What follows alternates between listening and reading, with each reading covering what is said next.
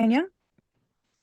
Following up from Tuesday, do you foresee any personnel changes on the offensive line? And with that, this deep in the season, how much can you really affect change on that unit 7 games in? Well, you can definitely we can definitely still get a lot better. We have some options. We've looked at a couple of different lineups this week. Still got a couple days here to go before game time, so we'll make that decision. But I think, like I said the other day, we've playing some of the different lineups that we did early in the year, playing different people has its benefits, and I think here in the second half of the season we'll see that in terms of we have had different guys play, we've had different guys rep, and feel like we have some options. We went through this a little bit last year too, and had some guys out, had some different lineups. Voorhees was out a little bit during some of that time. Obviously, we lost Brett at the end. Dedich was out for some time last year, and so Haskins was out some time. So we're used to it. Yeah, and can we get better and play better? Of course we can. We've had some stretches of this year on the offensive line where we played better than we did at any point last year, and so and we've been kind of like the rest of the offense. We've been really close to playing really good, and there's a lot of good. You just don't see it yet because we haven't put it together all 11, and that's obviously our challenge and what we got to do a lot better job of that. And we did it pretty well early in the year, and played really well in some of those games. Played really well in Stanford. Played really well against Arizona State. Played really well in the first half and kind of first 3 quarters of Colorado. So like we've done it, but we got to go do it against a good group here this week, and we do feel like we've got some options in terms of the lineup, and we'll make a decision going into the game, and then if it's going good, we'll stick with it. If not, we feel like we have some different combinations that we can go to. Thank you. Antonio? Hey, Lincoln. Caleb's pinky finger on his throwing hand has been pretty taped up the past 2 games. Is that something that's been impacting him at all? No, he got it. He got it hit. I can't remember. It's been a few games ago. It was just been a little bit sore, kind of tender, but not hasn't affected him, hasn't affected play. So no, just more of a I don't know, kind of a nagging nuisance, but not a hindrance to play. Ryan Karchi? Hey, Lincoln, I know you said Max is questionable to play this week, but at safety, seems like Zion has earned some reps here and there. Where's he made the biggest leaps in progress, and how close is he to really breaking through to a much bigger role? Yeah, I think he's right there. We were obviously disappointed when the 2 guys got dinged last week, but it was exciting to see Zion get his opportunity, and that's a lot of times how these things happen. Where somebody gets hurt and a young guy gets opportunity and he's ready to seize it, and he goes in and plays well. And Zion played very well in the game. He was aggressive. He tackled well. He did a really nice job with communication. That's probably. I think he's really started to gain confidence back physically from the injury. But I would say the biggest jump for him has been the understanding of our defense. Calls, checks, alignments. Those safeties are at times, responsible for a good amount of that. And he give the kid credit. He invested himself during last year while he was rehabilitating from the injury. He's very detail oriented, very consistent in his work ethic, and it's been cool to see him come about. And he has obvious talent. I mean, he's certainly one of the most talented DBs that we have in the room. So it's been fun to see the play come along, and I think gained a lot of confidence from how he came in and played last week. And yeah, I foresee him having a big role from here on out. Dukney? Hey, Lincoln, last couple weeks you've said that the team hasn't really played up to its own standard during games, but how have you felt about the team's just preparation and practice? Have you thought about any adjustments, or kind of is there something else you need to see in terms of practice that will hopefully lead to better performances in games, more consistent performances in games? Yeah, I think it's there's not a lot of probably changing fully what we do, like a wholesale change. I mean, there's been a few tweaks to the schedule that we've done. We've created a few more things in terms of a little bit more competitive work. Even though it's, kind of, we're in the middle of a pretty heavy stretch here. And that's been very positive this week. I mean, I feel like the guys have prepared well. We had a good week of practice last week. Like, the guys were excited to play, excited to prepare. I could look back on the Arizona game and say, was it fair to say that we were maybe asleep at the wheel a little bit? And not practice wasn't terrible, but it wasn't exceptional either that week. We practiced very well last week. Our guys were ready to play. Team was ready to play. Again, you can be as ready to play as you want to play. You lose a turnover battle 5-0. I mean, that's what you're going to get. So I don't think that had anything to do with the lack of preparation or our guys being ready. But you gotta carry it over, and against good teams. And I know we talked about on the road, but against good teams, period. Like, you're going to get your chances, and you got to make your plays. Like, I mean,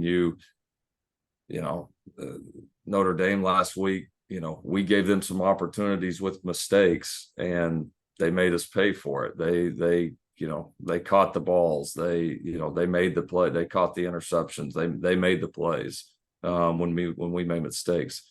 They also made mistakes, and we had some wide windows open to really hurt them, and we didn't quite capitalize on those. And again, when it's two good teams going at it, that's typically what it comes down to, right? Who can make the least mistakes, and then who can make the other team pay for it when they make those mistakes. So, to answer your question, the team is very, very hungry, very competitive right now. We have practiced our tail off this week. I think we've emphasized a few key points kind of internally that I'll keep there that I think are really important for us going forward. But yeah, I mean, we've got to carry over what we're doing on the practice field and go turn it loose and go cut it loose and just play. And that, I think, is a bigger issue for us right now than maybe the preparation, if that makes sense. Sure. Thank you. Luca? Hey, Lincoln. You mentioned on Tuesday, you didn't feel like kind of the receivers had any issues separating and guys were open, against Notre Dame. And Caleb was just talking about, he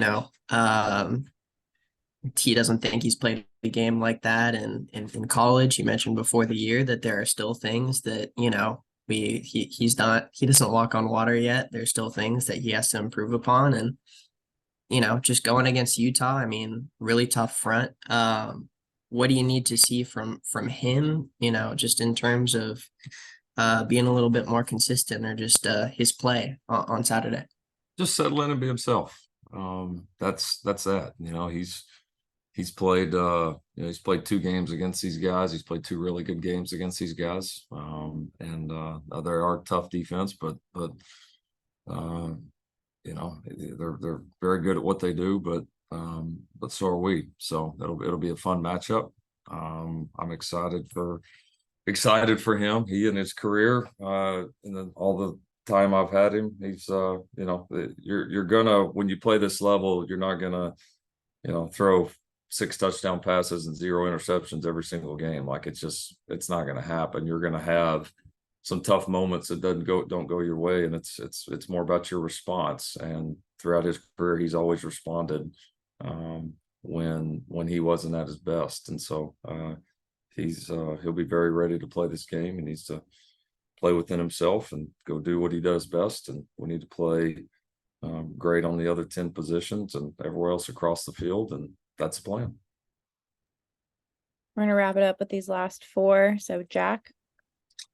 Yeah, I was going to ask about how you feel like the guys have carried over the edge you've said they've had in practice to the games, but I feel like you kind of just addressed that. Is that something that you yourself can address as a coach, or is that something that really has to be instilled by the player leaders that you guys have? It's everybody. It's all hands on deck approach there. That comes certainly that comes from leadership. It comes from player leadership. It comes from the guys you recruit. It comes from comes from the culture you develop. And yeah, I mean, that's yeah, everybody has a responsibility in that, whether you're the one leading the charge or you're one of the ones that's you know, that's kind of following along. And that's, you have to have it. You have to have it. That's especially when you've had some adversity or when some things haven't gone your way. That's the most important time, right? That's when it really shows. And so I think this, you know, you don't make the jump that we've made as a that we've made as a program in the last year and a half without it. It simply, you know, it simply would not look like what it has in the last year and a half. But we know there's still more left out there, and there's still more to go in that regard. And everybody here internally is pushing like hell every day to make that happen. Shotgun. Hey, Lincoln, I know the ball was tipped on that second interception, so correct me if I'm wrong, but it seemed like there was a miscommunication, or Caleb and Dorian kind of weren't on the same page as far as that crossing route. Why does it seem like those two still haven't been able to fully get in sync? It feels like Dorian's a weapon you guys haven't really been able to unlock quite yet. Yeah, it's we've been close. We haven't found him a few times. You know, where he's been good. We've had a couple of times where you know, it's fair to say that they haven't been completely on the same page. Dorian's had a really good week of practice this week. He's very hungry to go play better. And you know, and Dorian knows, like, Dorian's got to play better to be on the field more, to create more opportunities too. And you know, he's competing with you know, with a couple of those other outside guys that have done well for us. You know, Mike Jackson's really come on and played well last couple of weeks. And so, you know, some of it is, you know, you got to continually put yourself on the field and assert that you're the guy to go out there and make the plays. And then yeah, that one directly was just a mistake by Caleb. That we've had some others where we weren't completely on the same page. But that one directly was just a mistake by the quarterback. So but yeah, Dorian's a good weapon. He's a really good player. Feel like he's very close to breaking through because he does a lot of things that excite you, but like all of us, he's fighting a consistency battle, and he's got to get more consistent, as does obviously Caleb and the rest of the offense. Thank you. Antonio.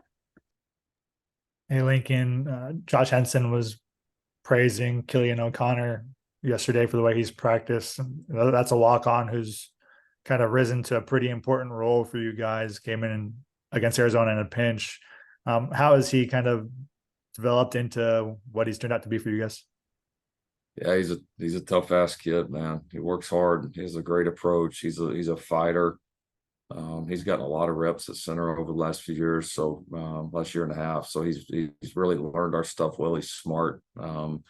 He's taken advantage of being able to get a lot of scout team reps this year, a lot of the reps with the offense this year, and yeah, he's just turned himself into a really good, solid player that I do think is going to get better and better, and absolutely has a future here. So yeah, there was really no panic on our sideline when he had to go in a couple of weeks ago and did well. And I think he's asserted himself as a guy that we have a lot of trust in, and that if the opportunity arises for him to go in and play, that he'll do it well, and that we won't miss a beat in terms of the operation, which is, you know, for that center, that's the most important job, is can you keep the unit moving? And he has been a guy that we've developed a lot of confidence in, and I don't think he's certainly even near a ceiling yet. So he's got a bright future here, and certainly can help us right now, as he has been.